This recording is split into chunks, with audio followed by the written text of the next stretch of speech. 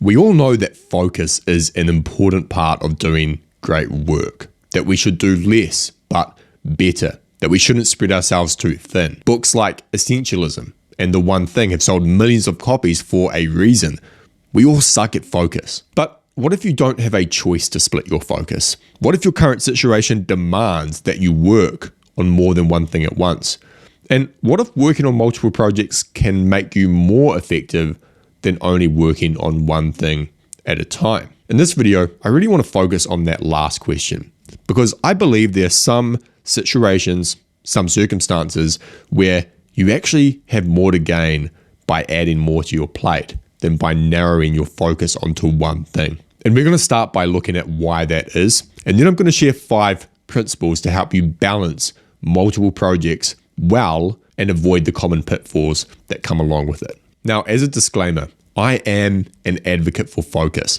It's something I've talked about a lot on this channel, and I think the majority of people, including myself, take on too much and would benefit from doing less but better. But sometimes I think a lot of people would actually perform better if they had more on their plate, if they had more than one project on the go. This might seem counterintuitive because it cuts against a lot of the modern productivity advice, but there are a few reasons why I think working on multiple projects can be a good thing. Not always, but sometimes. The first reason is that sometimes busier is better. If you have too much on your plate, if you are too busy, then you will be ineffective. You'll be overwhelmed, you'll be on the hamster wheel, you won't have the time and focus to dedicate to things that really need it. But in some cases, the inverse is also true, that if you don't have enough on your plate, you'll also be ineffective. There's a certain level of demand and challenge that energizes us.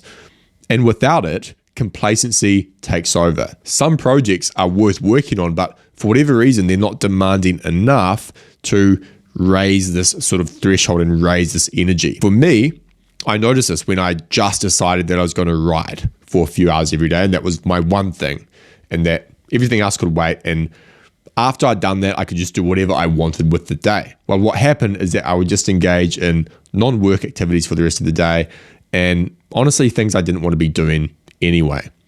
What I really wanted was to be able to work longer than that. I wanted more demand and more challenge. And it wasn't until I took on more projects that I felt that energy sort of raised, and I actually became more effective at everything, including my writing. As a side note, I think this is especially important if you're someone who has felt stuck in stasis or complacency for some time as a result of a lack of load, a lack of responsibility, a lack of things to do. One of the best things you can do in that circumstance is to make yourself busy, to take things on and get into motion. And yes, naturally, you'll probably get to a point where you are too busy and a little bit overwhelmed, and you'll have to pull back and narrow your focus. But in my opinion, that's a lot better than being stuck doing nothing. So, first reason, busier is sometimes better because it raises your energy up. You rise up to meet that demand. Second, is that working on multiple projects allows for deviation. Not all work is the same. I can write for a couple hours a day, but that doesn't mean I can only be productive and do useful things for only a couple hours a day. I can easily spend time on other work, non-writing work, that is not as cognitively demanding, but is still useful. This is similar to something that Isaac Watts talks about in his book, The Improvement of the Mind, which I made a video on. He suggests pursuing multiple areas of study so that you can deviate to the easier or more enjoyable one when you tire of the difficult subject. And that way you spend more time in the act of learning. When you have multiple projects that you're working on and you balance them well using the principles I'm about to share with you, then you can take advantage of this ability to deviate and spend more time being productive and working, or what Robert Greene calls alive time, being in action, doing things in the world, creating, pushing, generating. And finally, the pursuit of multiple projects allows for cross-pollination. I can't tell you the number of times where a project I've been working on over here has given me insights that I've applied to another project that might not even be closely related. For example, I occasionally consult with other creators on how to grow their business, given that it's what I've done for my entire adult life. And the insights I've gained from doing that, I've applied to my own business. Or this YouTube channel is my main priority, it's my main project at the moment.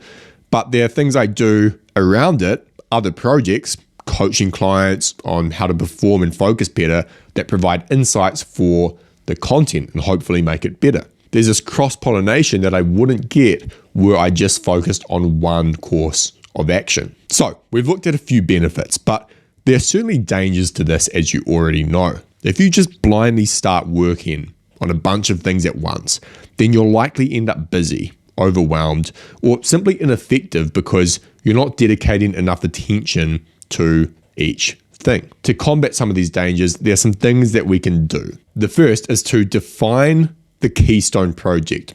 Now, first of all, I don't think you should be focusing on more than 3 things at once, work-wise. I actually think the sweet spot for me is 2. I'm working on 3 at the moment, and I find it's a little bit too much. Your mileage may vary, but if you're trying to do like 10 projects at once, or like 7, it's probably a bit too much. So 2 to 3 projects, right? What you want to do though is get the best of both worlds. Get the benefits that you gain from narrow focus, but also the deviation and cross-pollination we just talked about. One of the ways to do that is to define a keystone project. Not trying to push forward multiple projects all at once, all with equal intensity and priority, but have one sort of core main thing that you're doing, and then the other projects sit around the side of it. The main project, the keystone project, takes precedence over everything else. And so if your time starts to get limited or other things come into your life outside of work that limit that time, then the keystone project is what you must get done. And these other things can kind of sit on the back burner if they need to. So you want to clearly define that keystone project. What is the most important thing I can be doing for 2 hours a day or 2 to 3 hours a day? For me, it's writing. It's writing the scripts that grow this YouTube channel, among other things, but that is my keystone project. Everything else falls secondary to that. So if there's only one thing I do in the day, if I can only do one thing, it is that. The second principle is to make your projects different enough in demand so that they can be done simultaneously. There are different types of projects and different types of work. Some projects are long, slow burners. Writing a book, for example, takes a long time. It's like a marathon. Building a marketing campaign is more of a sprint. You can do it in a couple of weeks. And I think you should mix and match these. Pushing forward like 3 long, slow burner projects at the same time can be pretty discouraging because you don't go through that completion cycle very quickly. But if you have a long, slow burner project that takes you like a year and you're doing little sprints on these other projects on the side, you build a lot of momentum just in general, a lot of energy, and you get that dopamine hit from finishing things on a regular basis. Also, you want to have varying levels of demand. If your keystone project is incredibly demanding and intense, then having another extremely demanding and intense project as secondary is unlikely to work. You will lack the energy. Instead, you want to choose something that's challenging, but incredibly interesting and enjoyable to you, and something you kind of want to do. It could be an unrelated side project or an adjacent project that just seems fun. The next principle is to let flow guide you and not try to over-engineer it all. I think one of the biggest killers of productivity is adhering to a strict sort of routine and cutting yourself off from flow. So let's say you've got multiple projects. Let's say your keystone project is really fascinating to you and you're building a lot of momentum and you want to work on it. But you've said earlier that you only work on it on like Monday, Tuesday, and Wednesday, and then you work on your other 2 projects. Well, if you're finishing up Wednesday and you're like, man, I just want to keep working on this. I'm so excited by it. I'm so driven to get things done.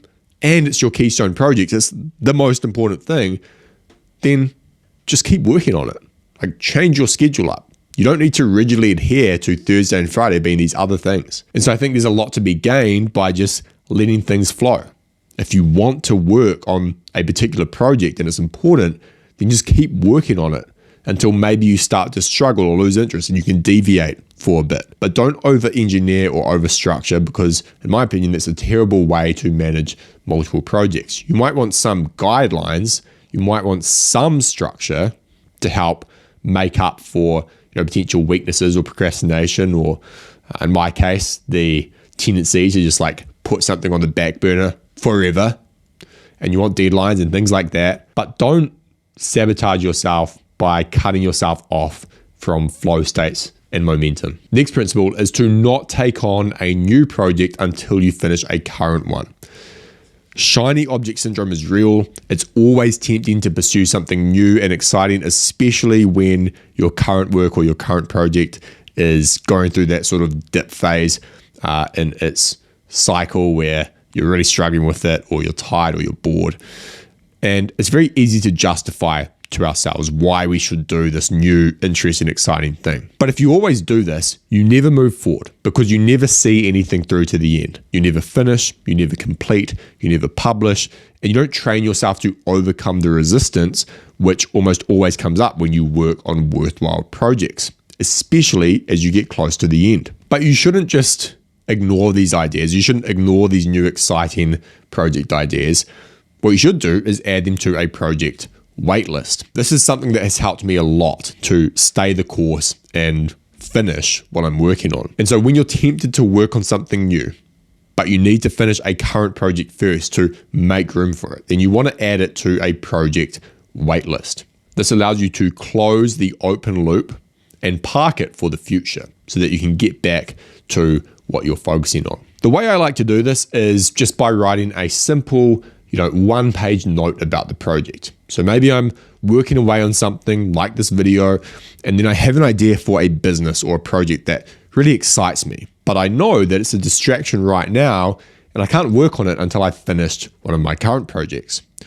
What I do is I'll open up a doc and I'll just externalize my thoughts around it. I'll write everything out, everything that comes to mind, and then I'll just store it in notes or whatever. That way I won't worry about forgetting it or having it disappear into the ether. I can come back to it later when I do want to work on it and retain my focus on the current projects. So that is it for this video. Now, one of the problems with working on multiple projects is managing your routine. I've made a 40-minute video on that exact topic that you can check out here. We go into the philosophy of routine design, how to design a daily and weekly schedule, among other useful tips and strategies. So make sure to check that out if you want help with that. Otherwise, I'll see you next time.